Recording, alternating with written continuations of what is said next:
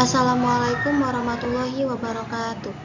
Perkenalkan, nama saya Iis Istiqomah, mahasiswi dari Institut Darul Amal Lampung, Prodi Tadris Biologi semester 4. Tujuan saya membuat video ini untuk memenuhi tugas ujian tengah semester mata kuliah Anatomi Fisiologi Tubuh Manusia dengan dosen pengampu Ibu Nela Dewi MPD yang berjudul Sistem Respirasi atau Pernapasan.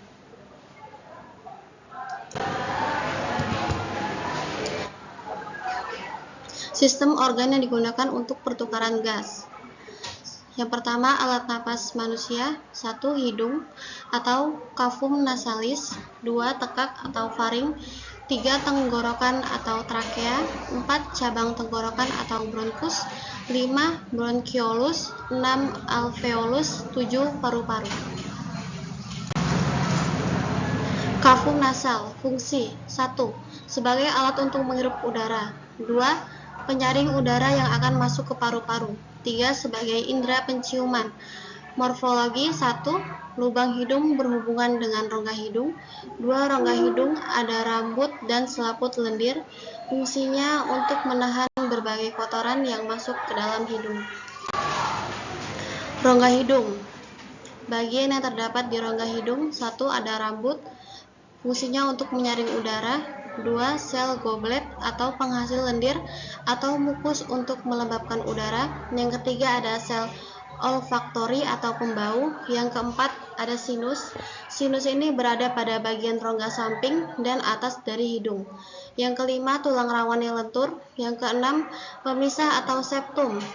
Pemisah menjadi 2 rongga hidung. Faring. Faring adalah tenggorok atau kerongkongan yang merupakan bagian dari sistem pencernaan dan sistem pernafasan. Hubungan faring dengan rongga hidung untuk produksi suara, serta memungkinkan manusia untuk bernafas menggunakan mulut, jika diperlukan secara medis memasukkan makanan melalui hidung. Laring atau kotak suara. Organ pada leher mamalia yang melindungi trakea dan terlibat dalam produksi suara. Laring adalah saluran pernapasan yang membawa udara menuju ke trakea.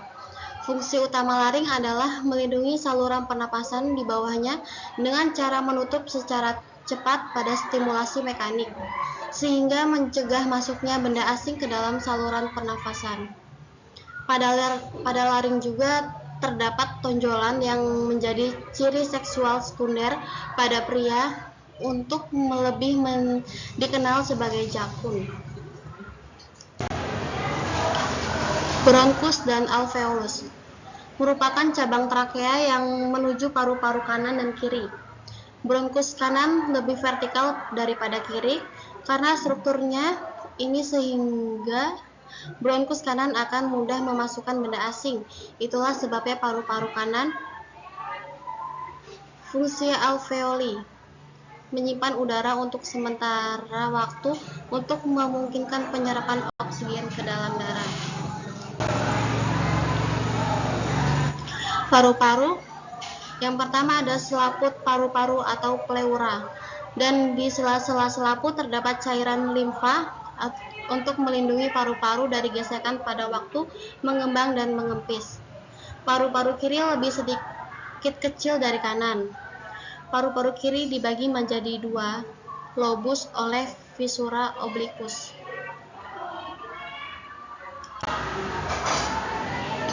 Pernapasan dada. Fase inspirasi. 1. Otot antar tulang rusuk berkontraksi sehingga rongga dada terangkat atau membesar. Akibatnya tekanan dalam rongga dada menjadi lebih kecil daripada tekanan di luar, sehingga udara luar yang kaya oksigen masuk. Fase ekspirasi. 1. Otot antara tulang rusuk dan ke posisi semula yang diikuti oleh turunnya tulang rusuk sehingga rongga dada menjadi kecil. Sebagai akibatnya tekanan di dalam rongga dada menjadi lebih besar daripada tekanan luar, sehingga udara dalam rongga dada yang kaya karbon dioksida keluar.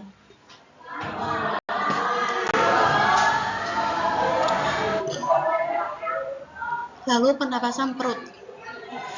Yang pertama ada fase inspirasi. Fase ini otot diafragma kontraksi sehingga diafragma mendatar. Akibatnya rongga dada membesar dan tekanan udara menjadi kecil sehingga udara luar masuk.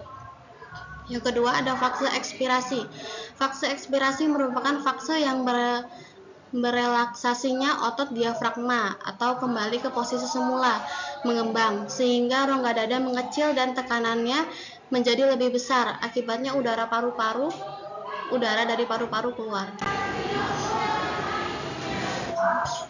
Proses pertukaran gas.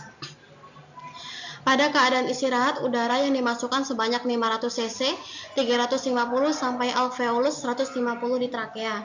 Yang kedua, di alveolus terdapat 2500 cc sampai 350 cc udara masuk tersebut untuk mempengaruhi atau menyegarkan alveolus sehingga diperlukan inspirasi berulang-ulang.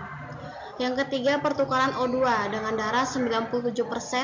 O2 diikat Hb menjadi HbO2, sisanya diangkut plasma.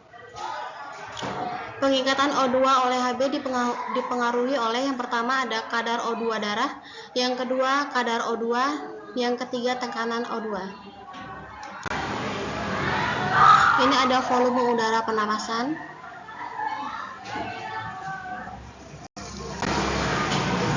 Volume tidal atau volume udara pada saat pernafasan biasa bisa jadi 500 cc. Yang kedua ada volume cadangan inspirasi udara yang masih bisa masuk setelah melakukan inspirasi biasa 1500 cc. Volume cadangan ekspirasi atau udara yang masih bisa keluar setelah mengembuskan nafas sekuat-kuatnya sama dengan 1500 cc. Lalu volume udara residu, udara yang tersisa setelah kita menghembuskan sekuat-kuatnya sama dengan 1000 cc. Frekuensi pernapasan. Umumnya manusia bernafas 15 sampai 18 kali per menit. Kecepatan nafas dipengaruhi yang pertama umur, yang kedua jenis kelamin, yang ketiga suhu tubuh, yang keempat posisi tubuh, yang kelima aktivitas atau kegiatan tubuh. Gangguan pernapasan. Yang pertama ada emfisema, disebabkan hilangnya elastisitas alveolus, asap rokok, dan kekurangan enzim alfa kurang 1 antitspirin dan penyebab kehilangan elastasi pada paru-paru ini. Yang kedua ada pneumonia atau Logenstein, yaitu penyakit radang paru-paru yang disebabkan oleh Diplococcus pneumoniae. Yang ketiga ada asma atau penyumbatan saluran pernapasan yang disebabkan oleh alergi debu, bulu, atau rambut. Kelainan ini dapat diturunkan. Kelainan ini juga dapat kambuh jika suhu lingkungan cukup rendah atau keadaan dingin.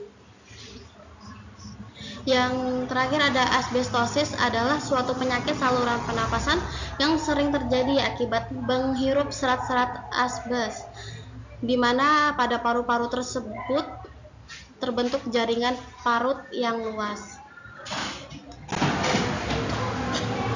Lalu TBC adalah penyakit paru-paru yang disebabkan oleh Mycobacterium tuberculosis. Bakteri tersebut menimbulkan bintil-bintil pada dinding alveolus. Lalu ada asfiksi, adalah gangguan dalam pengangkutan jaringan toksigen ke jaringan yang disebabkan oleh terganggunya fungsi paru-paru, pembuluh darah, atau jaringan tubuh. Lalu ada pleuritis, merupakan radang pada pleura atau selaput paru-paru.